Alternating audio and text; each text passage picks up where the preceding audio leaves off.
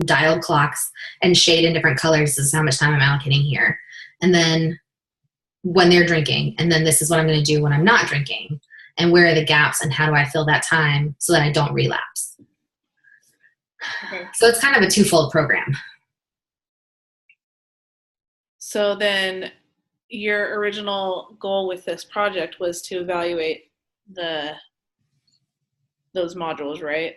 Yeah, to see how well they are meeting the patient's needs and if they are impacting patients' relapse, which I also couldn't get the numbers for. Okay, so this is an interesting, conundrum, right? That you have this idea for a project, it's great. I mean, I read your MOA, I thought it was fine. And then, Donna, your client, you read it and thought it was fine, but now you've started doing it and we realize that this isn't really doable. So what do we do? Do you keep going down this track of this isn't really going to be beneficial to me or the facility? Or do we put a pause on it and try to redirect something to be, or change something to have an actual usable outcome? Mm-hmm. So one of the challenges we had in our multi-D meeting last week, last week or this week, got my days mixed up, is the clinical director for NIAAA he comes to our rounds. And so he was talking about what is the culture that we're kind of breeding with our patients of they're supposed to come in and be willing to participate in treatment. And if they're not participating, why are they here? Because it's not solely set up to be just for research. They're supposed to be coming in for treatment as well. So they want to make certain groups mandatory. Of course, they're not any of our groups. They're like the ones that they get research information from. Right. So my thought was making recommendations of how rec therapy on a broader scale can better meet the needs of these patients, because like the other nutrition, nutrition, PT, social work, voc rehab are all consult services. So is there a way that rec therapy could be more effective as a consult service where we're not kind of pigeonholed into these certain group times, and then we can meet with patients who really have a vested interest in treatment and identify goals that they want to work on, as opposed to us planning these groups, showing up 5 hours out of the week to do them, and people just decline. Mm-hmm. So that's a totally different project. Right. But it kind of spurned off of this one and looking at how to, okay, I mean, granted, our milieu changes every 4 weeks, but I need to think about this more. Okay. You stay after class and we'll talk about it. Sure. I mean, in the overall scope of a project, this is not a horrible thing, because we always run into things like this that may need to revamp the project, and better to make those tweaks and have it be the right project for your client's needs than to just, blaze on through something that is a piece of crap, right? But for the purposes of this class and the timeline in this class, this is a huge problem. And so we'll figure out something. Let's talk more about it after class. But in a real situation, you would take the time to rework it, redo the MOA. It basically sounds like it would be a completely new MOA with a new timeline, new deliverables, all of that stuff. And then you'd re-sign everything and basically start over, which means you might get paid more for being there for a longer period of time, or hopefully you would be able to negotiate something like that, into your pay or whatever. But, hopefully this is a situation that would arise out of like mutual agreement and understanding that what we originally thought was we were going to do was not, and we're both on the same page that this is not what we want to do and we want to change it, as opposed to, oh my gosh, Whitney, this is not right and you did a bad job and this is not what we wanted. So that doesn't seem like this is what's going on, but hopefully that isn't what would happen in terms of why a project changes. Okay, so one thing I also, thank you. One thing I also noticed in reading the project updates is a lot of people are modifying their timelines just a little bit. What do you guys think about, why? It's okay, but what are you realizing about maybe your timelines in all these little modifications? Nobody has a fully revamped timeline, but just little changes. Even the little things threw me off. Like what? So changing the date of when the survey would have to be done by. So because there was kind of that blip with the whole voice friend thing and trying to,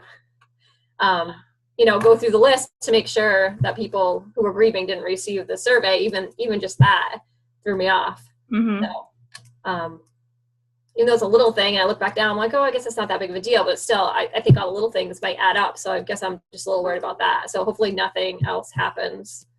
Right. If you have 10 tasks in your project and you schedule out the 10 due dates of each one of those tasks and you're off by 3 days on each task, that's 30 days that you're off, right?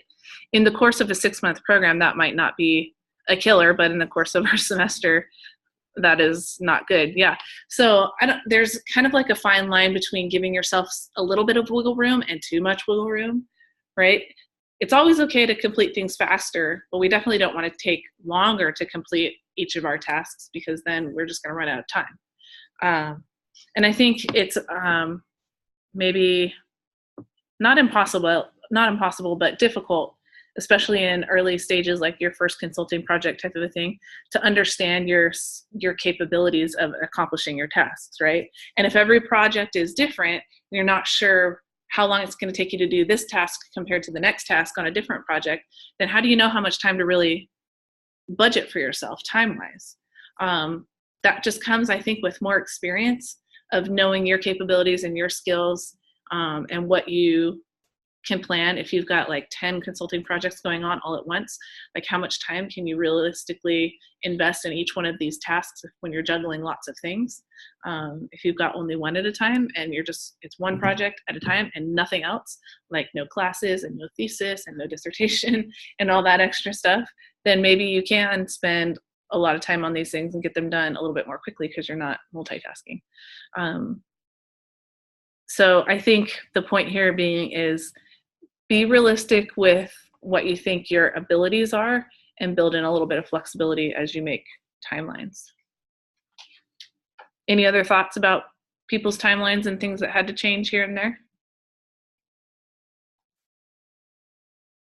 It always happens. Little things within the overall project timeline can flex, but ultimately if you have an end date, that's a bigger issue to flex an end date than it is to flex the little things in between, right? Nothing ever goes perfectly as planned. And so I guess the point being is if you can build that in, you're safe, as long as you can achieve the ultimate tasks by the end, the deliverables by the contract period. Somebody wrote about that in one of their consulting interviews, that the person they interviewed said that they had to renegotiate a contract, and that one of the barriers is when the contract period ends, but the ultimate issue hasn't been achieved yet. Who wrote about that? Yeah. Sandy. I did. Yeah, and he ended up there was more to it than what he initially thought. It was a bigger can of worms, I guess, than when he got it. Had to renegotiate. Yeah, so kind of similar, seems like, to what Whitney is going through, that there's more than meets the eye, right? Transformers. You guys used to watch Transformers commercials? Only the people who are like my age laughed at that. Sandy and Tara. Yeah, sometimes you open that can, right, and it's a lot worse than you think, and so you need to renegotiate a timeline or completely a new contract, and sometimes that happens, and it's okay, as long as it's done. It would be worse to just like plow ahead, right, and not do anything about that contract or that timeline. So, okay, just reading some comments. Been finding it hard to complete consulting work in addition to my regular job, since my project is at my work site. Yeah, I guess such is the life of school and work at the same time, right? And so I think we talked about this at the beginning of the semester, work smarter, not harder. So there is some element to doing this project in your work site that makes it a little bit easier. But if that means that it's not something that you can incorporate into your regular hours, it's extra hours on top, then I guess it would be a little bit more difficult. What are the challenges that you're facing with that, Jessica? And you can unmute yourself rather than type in the chat.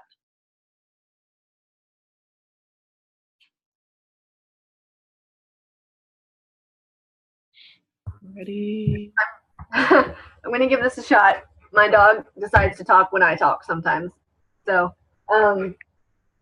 just because I also have this giant event that is like our giant annual hospital-wide event that I'm in charge of for December 6th.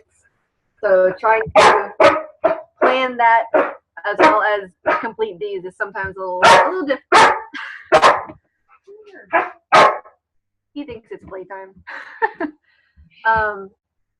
But yeah, so it's not that it would be difficult because my days are pretty relaxed, but like scheduling wise, so I could make it happen, but having to be on phone calls and then be there when volunteers are there, and I just have to figure out when to make it happen, I guess. It's the hardest part. But then things pop up in the workday and you're like, wait, I didn't even get to this part on the list yet. Yeah, that's just being able to manage kind of both of these at the same time. If this were a real consulting situation where you weren't employed also, I guess unless you were an internal consultant, but if you were an internal consultant and you were doing a project like this, I assume that the administration would give you the time to do it, not expect that would be extra work on top of your regular 40 hours a week type of a thing.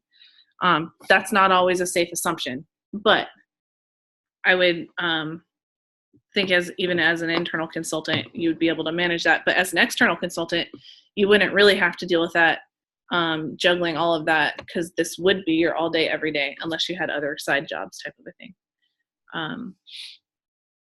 But this is the point of a timeline, is that it gives you deadlines by when you have to have things done. And if you can really stick to it, you'll find the time in there to accomplish those tasks by those deadlines.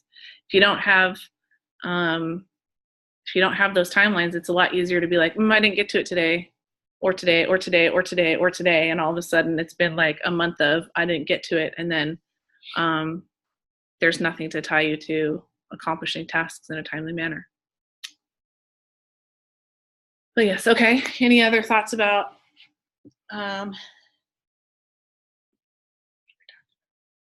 timeline issues? Sorry. No. I mean, just sometimes like waiting to get information back, or, in my brain, I thought, I would already have been able to meet with them, but that didn't work for them. So just those little things of kind of the fact that you're working with another person, trying to coordinate with each other, that can set back little things. But yeah, when you're I haven't had dependent on other people, right? Yeah. When you're dependent on other people to get you the information that you need to move on to the next step or whatever, yeah, it does kind of suck. And I'm the type of person that would check in and be like, hey, just checking in on that information I asked you about, or call or swing by somebody's office type of a thing. But there's also kind of a fine line of how many times you can do that before you piss somebody off. And then they're like, Brooke, or whatever. So you have to feel that out with your client type of a thing. If you're an internal client or a consultant, there's also some issues there with you having to be there all the time, and you don't want to piss your boss off and things like that. So as an external consultant, those frequent intentional check-ins to prod people, like subtly prod people, I think you can do that a little bit more frequently without it being weird, especially if you're far away and you never really see these people. So a lot of the consulting that I do is not local, and so I have to do everything by email, and so I will be a little bit more strategic about when I email and call and things like that. But we got to do it or it'll never get done, right? And I think that another thing to consider and just remind yourself of is that this usually is not the priority of your client, right? This is your priority because this is your job and they hired you to do this, but it's not their priority. It's just one other thing that they need to do, whether it's respond to your email or give you access to information or let you come into a facility or whatever. And so sometimes you'll email them and they'll see your email and be like, oh yeah, I got to do that. And then it just falls by the wayside as all these other things in their normal daily job stuff happens. And so, I think it's okay to be like, hey, just checking in on that. I sent you an email 3 days ago. I haven't heard back. And that's not a problem.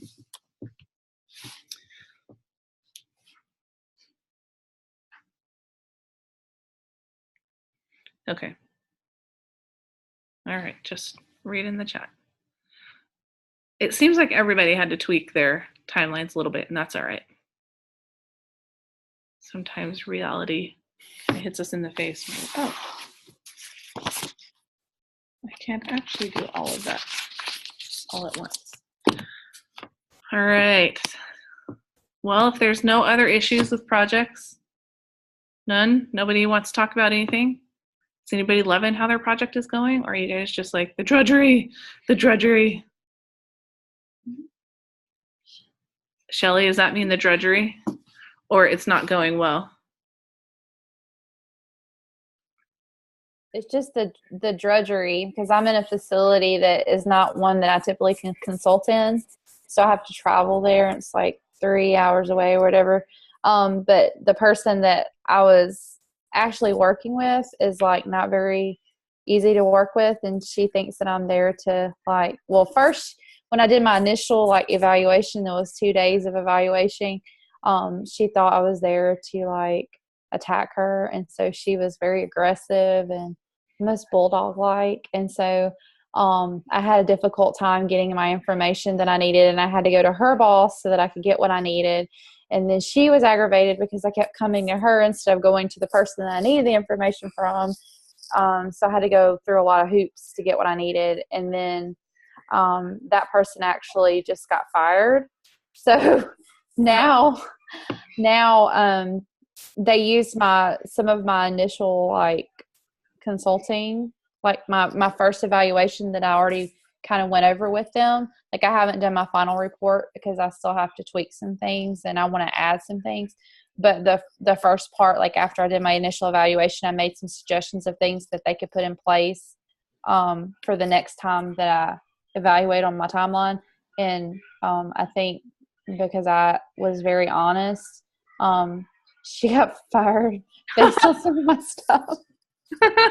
So it's been kind of scary a little bit. Well, scary because you think that that's going to come back on you somehow? No, like just because I'm like, I don't know, like when I come back for my follow-up for my final presentation of everything, they're going to be like, I don't know, out to get me. The people that like, I guess liked her. I don't know. I have to like have a bodyguard or something. Okay, wait. So has something happened that makes you feel like that's really going to happen, or are you just nervous that that's what's going to happen? I'm just nervous. Like I'm just being sarcastic. Like she was been there a long time. A lot of people knew her. So yeah. Mm-hmm. I wasn't the catalyst to get her fired, but my report was like a big part of it, I think. And I didn't know that when I went. I just was like, oh, I need an idea for something that I can work on. I need a facility to come and evaluate that I don't normally go to in the company. And they were like, oh, we wanted you to go here. So that's how I ended up going to that facility. So. Well, so maybe your report was just like the straw on the camel's back. I think it was. And it is difficult to get information that you need from people that don't want you to be there, even though you were placed there or you, whatever. It's a drama. Well, drama llama. I had a total. When you see me on the news, like when you see rec therapists like murdered at a facility, you'll know what facility I was at. It'll be on the news, my face and stuff. If you keep it professional, you have done your job and you shouldn't feel bad about it. Right? I mean, that was a very funny response. But you didn't know this person going into it, right? You have no connection, and there's no, ulterior motive.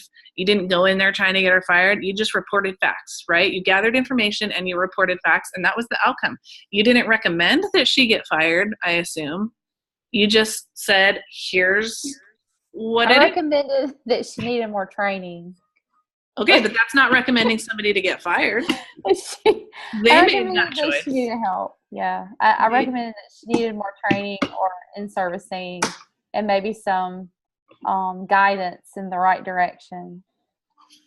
That is not recommending somebody to get fired. They made that choice. So don't feel bad about it whatsoever. But this could potentially happen from any consulting project that you do, especially if it's one that's kind of HR-ish related type of consulting. You may make recommendations for people to retrain on certain things or get new training, or that somebody with these types of skills may be better in this position.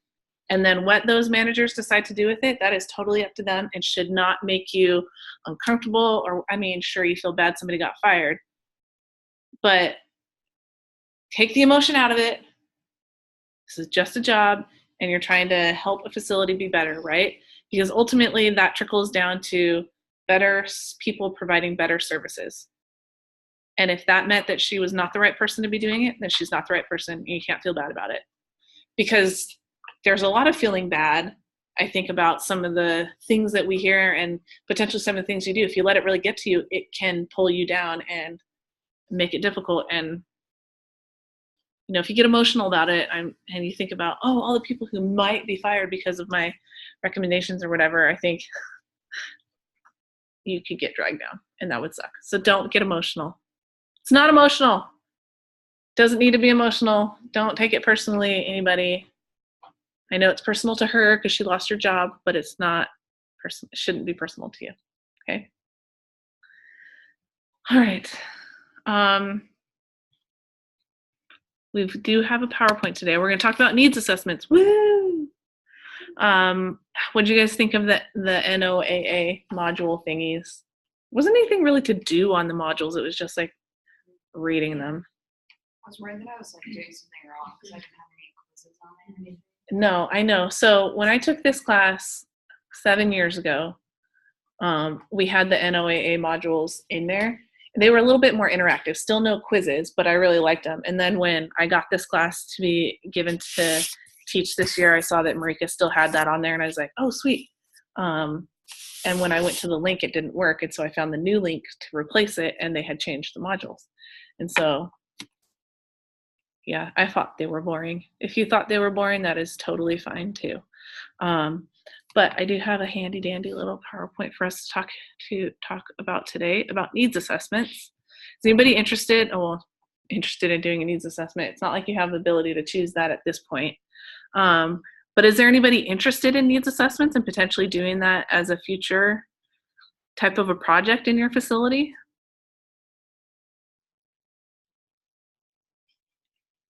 No? Anybody?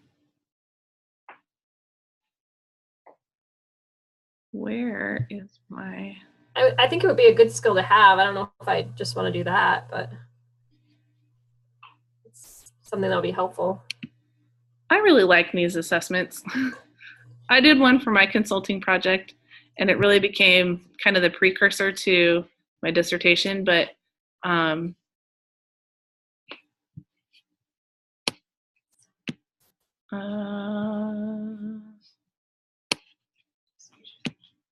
where'd the chat go? Okay. Can one of you guys in here just kind of watch the chat and help me monitor it as people type into it? It's hard for me to like lecture and talk to people and watch the chat.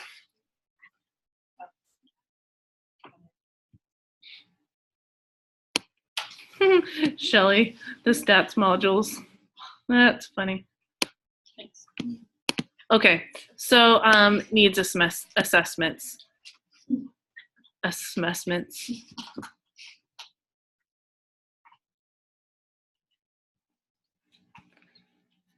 All right, hang on, everything's disappearing here. What's that look like for you guys? It's a blank screen right now. It's really delayed. Oh, it looks like wait, they're done. Oh, can you go to the? Can you go to the next slide? Maybe. No. Oh, No. nothing. Mine's like side. Yeah, mine's like back here. All right.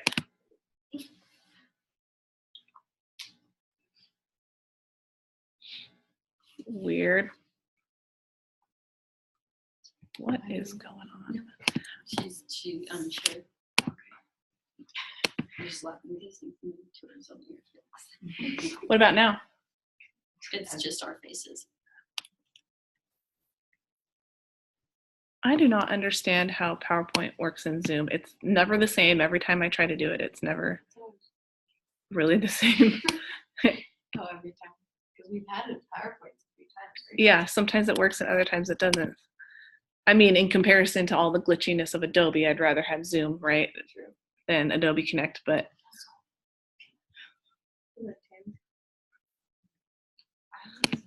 all right, so I'm just gonna have to leave it like this and we'll kick it old school here without actually having the PowerPoint running like a real PowerPoint. Okay, so what time is it, by the way? 6:45. I'm just gonna say I am fading fast after my whirlwind Thailand experience, and I'm gonna try to make it as long as I possibly can, but this is a short PowerPoint, so we might just like fly right through it. I think needs assessments are pretty straightforward, and we don't need to like really go into crazy detail about this. But yay, needs assessments. All right. So how would we define what a need is?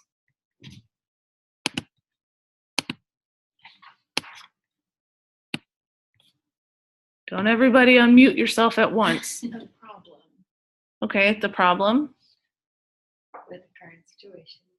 with a current situation, a problem with a current whatever. Okay, anybody else have any thoughts about what a need is? So like a problem in your current facility, Something to be fixed. something to be fixed. Yeah, pretty much. So the differences between current achievements and desired accomplishments. So some type of a problem, but it's really this difference between what you want to have happening and what actually is happening. There are deficits between ambitions and performance. So just based off of what we know about the places where we work and the places maybe where we've interned and such, what are some potential needs that we might see in RT organizations? We can think broadly or specific. Resources. Okay, so maybe you have the ideas and you have the people that can help implement stuff, but you don't have the actual things that could help you, the equipment or whatever, the facilities to be able to implement those things. okay. Good. I was gonna say like personnel too, like you said, like physical resources, but I guess personnel sometimes too. Mm-hmm. Going off of that, and just like if you, let's say you didn't have the resource, or you saw there were resources in one place and people in one place, and just like helping people make that connection, Okay. like a contact list basically. Okay. So you guys are thinking very like tangible needs in terms of programming elements. Jessica said CTRSs in general and spaces. Okay. Very tangible needs. More resources, more people, CTRSs, more places to do. What are some other potential needs in your RT organizations where you worked or interned?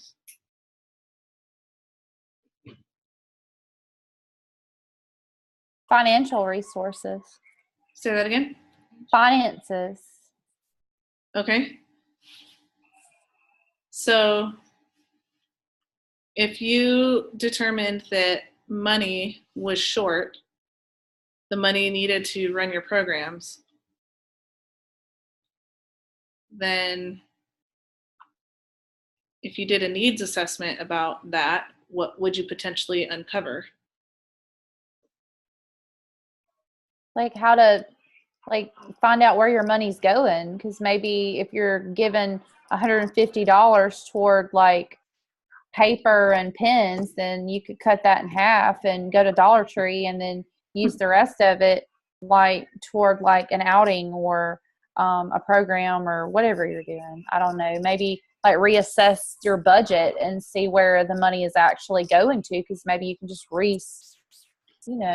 Yeah. Whatever the word is. I'm sorry. It's been a long day. That's okay. I get what you're saying. So maybe in the course of trying to understand this financial situation, in the course of doing a needs assessment, you would need to understand how money is currently being allocated and distributed amongst your program. Let's keep going with this example. What else would we want to know in terms of this financial need for our program's problem? How effective our staff are being. So not only how many staff we have, but are they being productive in what they're doing? So in the sense that if we're paying for people to be there and they're not being productive, then we're wasting our money? Yeah. Okay. Or that maybe we, going back to our needing more, that our people are doing way too much because they're understaffed. Mm-hmm. So that's an indicator, just further reinforces the issue with the financial need. Okay, good. What other things could we potentially find out that would help us understand this financial issue? Maybe program measures. And how would that tie into the financial issue? If our programs are meeting if it's worth the program. So if I'm spending my staff time plus what it costs me to do the program, is it worth it? Is that a program I need to pursue or not? Maybe there's Sure. some more program out there. So we think this is a great program. We're investing all of this time and money and resources into doing it. And in the process of, determining the effectiveness or the outcomes of it, we realize that there are no changes and no outcomes, no measurable outcomes associated to it. This is just a fun activity. Fun is an outcome, but that is not always an outcome that is billable, whatever. Okay, you guys know what I'm talking about, right? Okay, good. Okay, so there are lots and lots of needs across lots and lots of different programs and organizations. And some of them are very, very specific to our rec therapy profession, and some are just broadly issues within the healthcare, industry, the allied healthcare industry, or Parks and Rec. And so, there's no way, I think, to list like this go through an exhaustive list of what needs are out there. Okay. So what is a needs assessment? It's a systematic process for collecting information, comparing answers to questions, and making justifiable and informed decisions about what to do next. Okay, I think I've said this phrase like a bajillion times in this class and 8710, which I teach on Wednesday nights, and so I feel like this semester I've said it a zillion times. Systematic process. What does that mean? A systematic process. At the very least, you guys should graduate from this program understanding what a systematic process is. Jessica says steps. Yes. There's an order to it, a rhyme and a reason. Absolutely. It is a step-by-step process. It is rigorous. There's order. There's a reason for what we're doing. It's not just like, I'm going to interview you, and I'm going to ask these totally random questions of each one of you. Nothing is the same across the board. Okay. So that process is also established beforehand, before we start collecting any data, so we're not making it up as we go.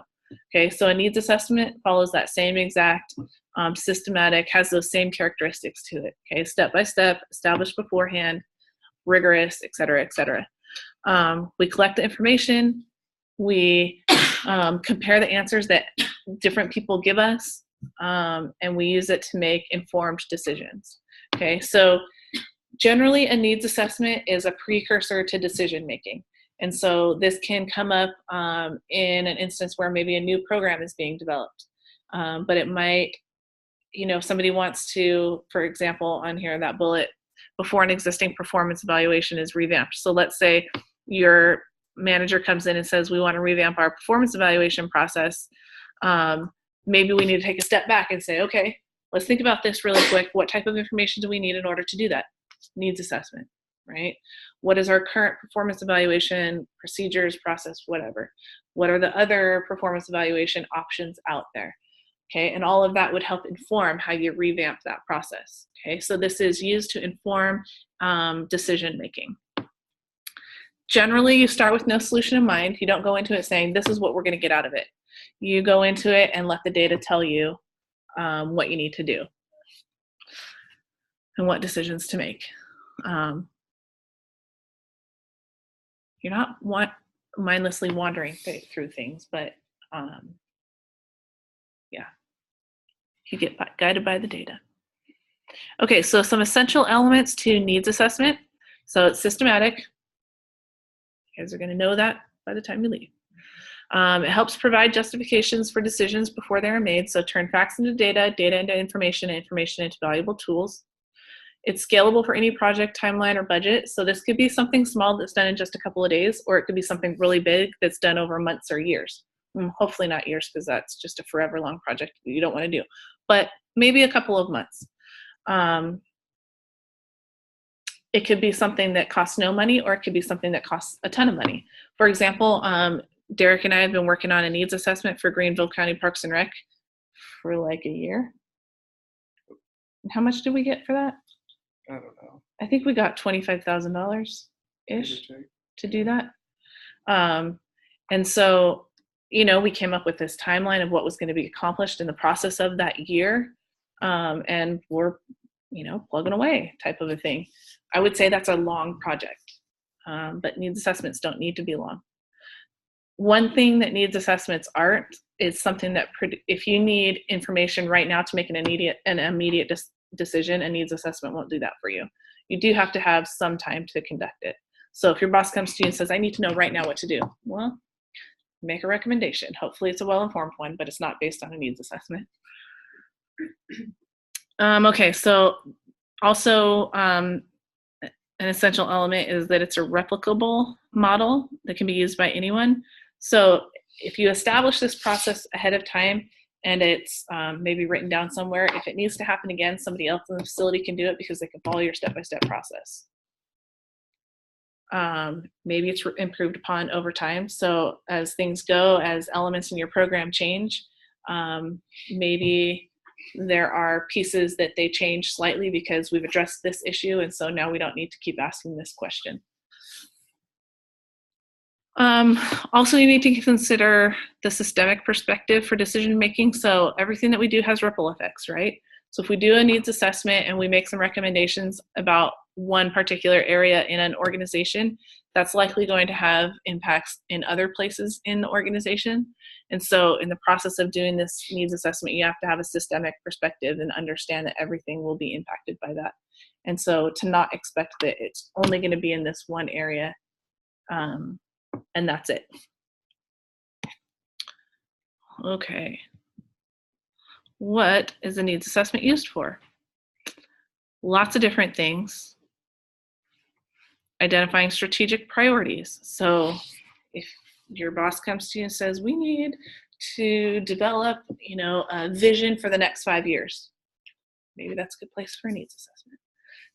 Defining results to be accomplished, guiding decisions related to appropriate actions to be taken, establish evaluation criteria for making judgments of success, informing continual improvement of activities within organizations. There are so many reasons that you can do a needs assessment, but it is all meant to improve services, performance, the organization on an individual level, team level, even societal level, right? Yes, it's all for improvement. Would it result in somebody getting fired? Maybe. But all with the intent for improvement, right? Okay, so when should you do a needs assessment? So there are 3 kind of frames of mind around when to do it. Proactively, and this is to identify opportunities to improve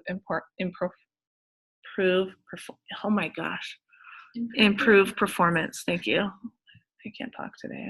I'm done. Reactively, so this is when new strategic, tactical, or operational objectives are to be achieved, and then continuously, this is to monitor your progress toward accomplishing desired results. These are all really similar, but again, all with the intent to improve the future. Okay, so if you've ever heard these statements over here, they really want this program to be put in place by next year. we need to provide more training to people working in this department, or they need to go to a leadership training, or if we had this piece of some latest technology, then we would be more productive. You need to do an evaluation as part of that project, whatever. Like my meme, I made this meme. Right? Elizabeth would be proud. Yeah, that's actually why I got her email. Okay, really, needs assessments can be used to address so many things. Like if somebody comes to you and says, we need to figure this out, and you don't even know where to begin, where to start, a needs assessment is a good place to start to try to understand where you should go, what you should do before any decisions are made. A needs assessment could help you. Everybody gets a needs assessment. There was like what is it called? A GIF or a GIF? The GIF, whatever, of her doing this. And I couldn't figure out how to embed it into my PowerPoint, but she's going like this in the GIF, because she does her thing. I don't know. I love Oprah. She's hilarious. Jessica said something in the chat. Oh. No, Jessica, I haven't been to your hospital. Is this a joke based on our meme? Or all of these questions?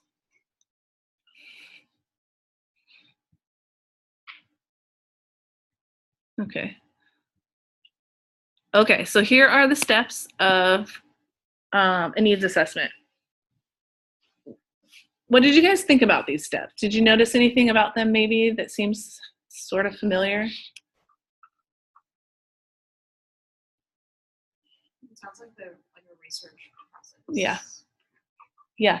Even some of it is very similar to like the steps of a consulting project, right? So establishing your or describing your issue and target population, creating your team. Yeah, I was like, wait, is this describing the needs assessment or a consulting project? But then going beyond that and including all of it, yeah, these are like the steps of a research project. And I think technically you could consider a needs assessment research. I mean, I would, as long as you follow this systematic, rigorous process, right? And that's what the NOAA site outlined, was the systematic step-by-step process. I'm not going to go through all these because you should know what all of these are talking about. One, because you did the website, but two, because this really is in line with kind of like what you learned in research methods, right? If you haven't taken that yet, oh, everybody's taken it. Oh no, not our online doc students, but that's okay. So this makes the steps of a needs assessment, this makes it look like it's a very linear process. So you start here, you work through all of the steps, and then you end. But that doesn't have to be how it always is. You can kind of have this cyclical needs assessment process where you work back into the beginning steps. So you're starting here with a needs assessment, you make a plan, you implement it, you evaluate it, and you make improvements in your program. Very API processy-ish. And then you go some time and then you update that needs assessment, make the plan, implement, evaluate, and improve in the program, make improvements in the program, and then you go some period of time. So it's this forever, never-ending cycle of improvement. And this is where if you create a needs assessment that is replicable, you can just continue to use it over and over again and make small changes to things as you progress. Or it can just be a one-time thing, and that's okay too. This needs assessment with Greenville County Parks and Rec is probably a one-time thing, yeah, I imagine. The thing, the consulting project, when I did my consulting project, I did a needs assessment. It was a one-time thing. They didn't take any of my recommendations, but whatever.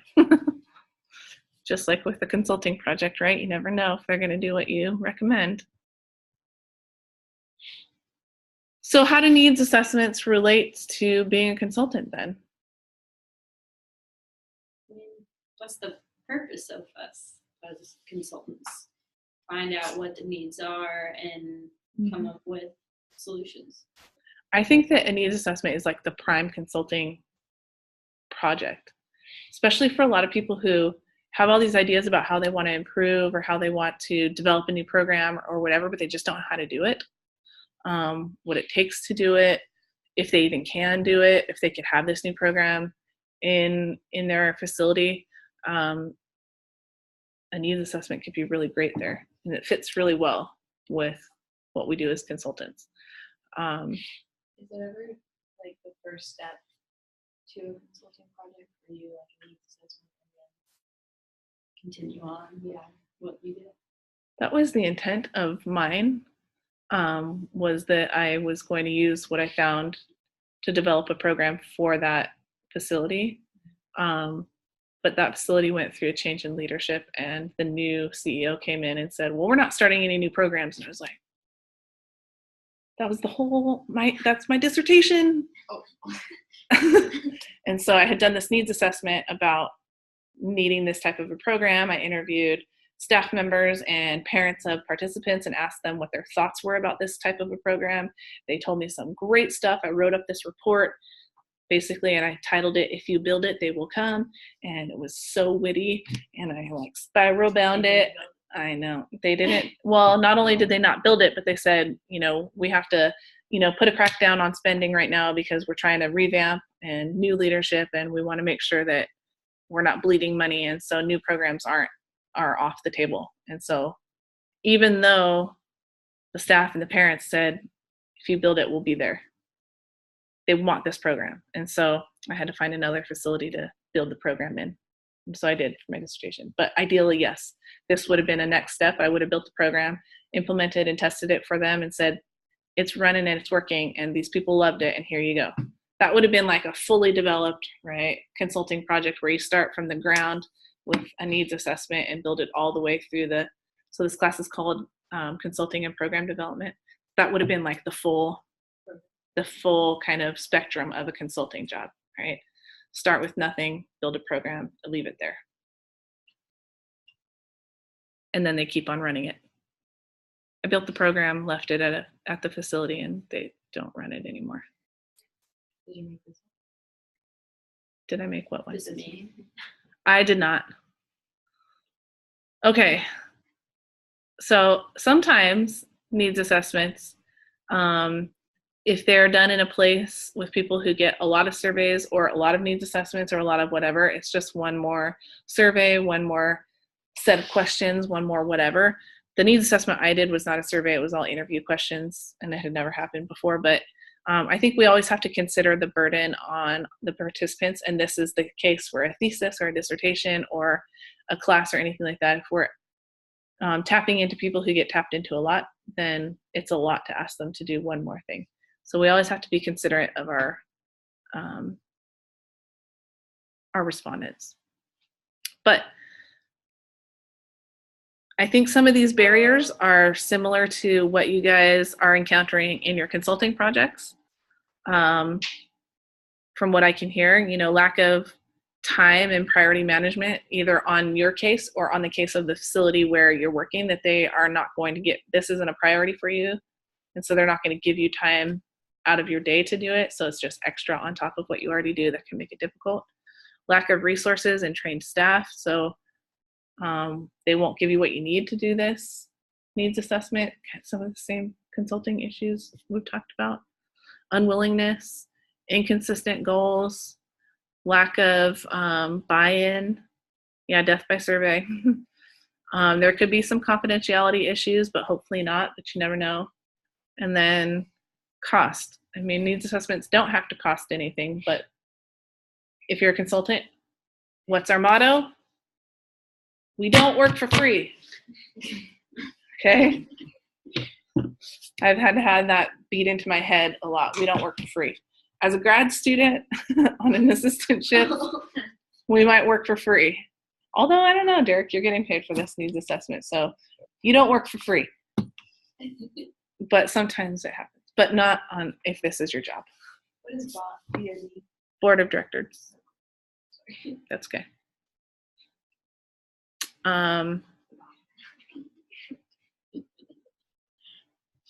All right, what else?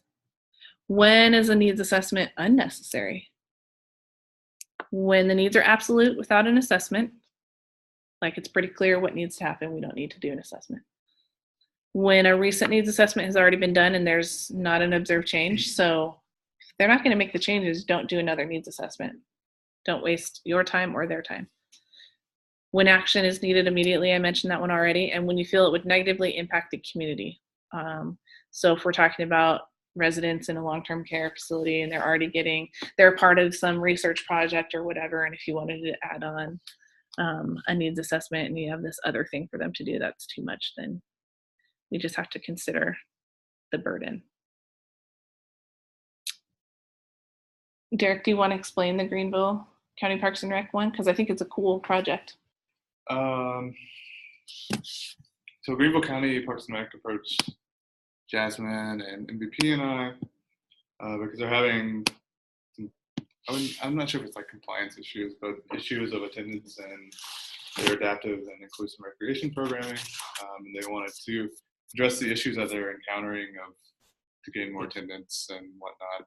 I think they were also trying to do some strategic planning. Yeah. With ADA. With their like 10-year plan or something like that. Yeah. In regards of like starting new programs and whatnot. So we're assessing needs, which we have.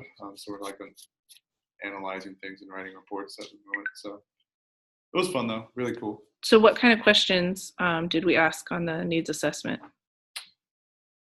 I think we tried to cover like as many bases as we could in regards to like being informed, what you want to see, what you like, what you don't like, kind of thing. Like everything, we tried to gauge like every opinion possible in regards to programming and ways to improve things for attendees or non-attendees or people that could be interested, kind of fit the mold, so to speak. And who did we collect data from? We collected data from parents, individuals with intellectual disabilities, and individuals with physical disabilities in the Greenville County area. And what was our sample size? After cleaning the data and whatnot, like 480 people. Yeah, so, I mean, we're just now starting to go through the data, and already we're able to make some recommendations that I think would significantly change the programming available for people with disabilities in the Greenville County area. And we only, in this initial little thing that we wrote up for them a couple weeks ago, all we did was focus on physical accessibility, but we have, you know, barriers to participation, their satisfaction with participation. You know, we collected 400 and something surveys, quantitative surveys, and then how many focus groups did we do? 5. 5 focus groups. 5. With how many people total? I think the total is like 13. Yeah. So we have all this qualitative data that is speaking to these same issues, but just with more detail and some good quotes, you know, to throw in there too. So I think ultimately at the end of a project like this, Greenville County Parks and Rec is going to be able to walk away with some really strong recommendations about how they need to meet the programming needs for individuals with disabilities moving forward. And if that's part of what their, you know, 10-year strategic ADA plan is, so that they don't get sued by people, I think that's really the, you know, at the base level, that's what they're trying to make sure that they don't get sued. They don't know where they're deficient in their ADA programming or their attempts at ADA compliance. Well, then that's what basically we looked at, is to help them understand that. Okay. Any other thoughts about needs assessment? It's pretty straightforward. It's a good skill to have, a good skill to know how to do a quick needs assessment, because I think they are always needed, especially if we're in a situation where we might develop something new. We should pretty much always do needs assessment first.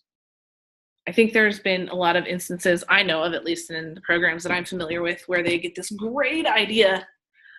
Let's do this. We have some extra money. Let's do this. For example, this one guy that I work with, he's like, we got a grant and we have extra money, and I think we should just buy Fitbits for all of our veterans to wear. And I was like, well, why? Well, because you can use all this information to help them understand, like, blah, blah, blah, blah, blah. And I was like, okay, but what do you, I mean, it doesn't really make sense, you know? So he just had this random idea. I don't know.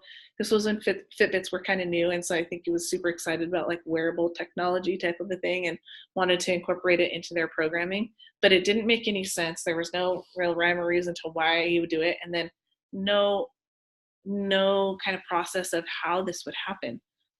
They wear the Fitbit and then what? Do you help them look at the data? Do you help them process the data? Is it part of the treatment?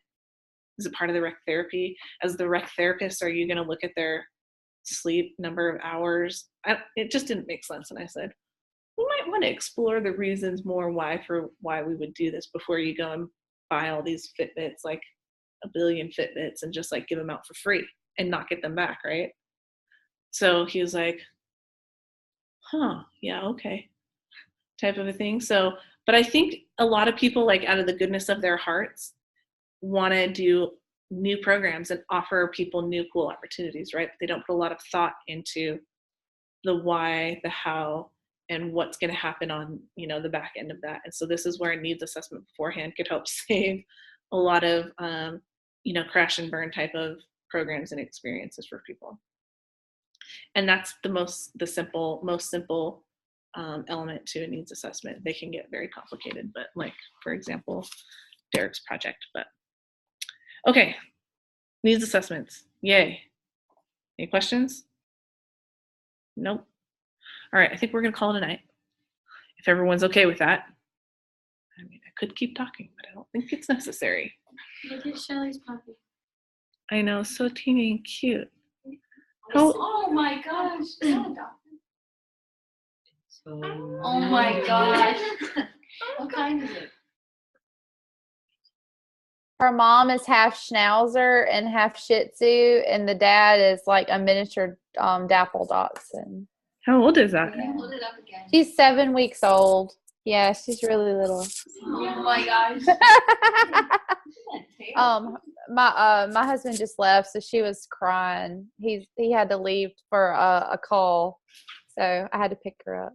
Yeah. You had to pick her up. Yeah, I have to put one of my dogs to sleep, so I got another puppy like to get over the hump. Yeah. So yeah, she was crying really hard. I didn't mean to disrupt class with her. But. That's okay. She's cute. Well, we're basically done. Just as a reminder, consulting interview number 2 due next week, as well as written update number 2. Yeah? Good? Good. Some of you guys have already turned that stuff in. What? So you're put it in the brain. And next week we're going to be talking about importance performance analysis, and there's a number of readings. There's 5 readings for next week, and they all talk about IPAs. IPAs are really easy. These readings are all really easy. So, yeah. If you're going to focus on only a couple of those readings, I realize I might be kicking a dead horse with giving you all of those readings for IPA. Read the Martilla and James one. That's the first IPA ever. Like the 70s. There's one in there. Me and Dr. Van Pembroek have an IPA article in there. You can read that as like the most recent publication of an IPA for rec therapy. Yeah, so those are 2. You can read them all. Those are probably the 2 most useful. Oh yeah, the Kennedy one is good. That's the one from the 80s, huh? In TRJ. Yeah, I don't love it because he uses the word retarded like 5 times. Kind of pisses me off. But it was the 80s, but still pisses me off.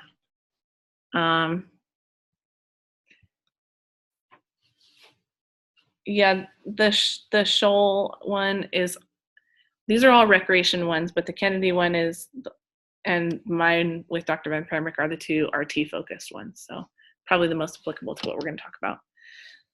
All right, I think that's it. Have a good night. Have a good week. Let me know if you guys have any questions about anything. Get going on those projects. Make your progress. Keep it up. And that's it. Pretty good. Did you want to talk right now? Oh, yeah, that's right. I almost hit end class.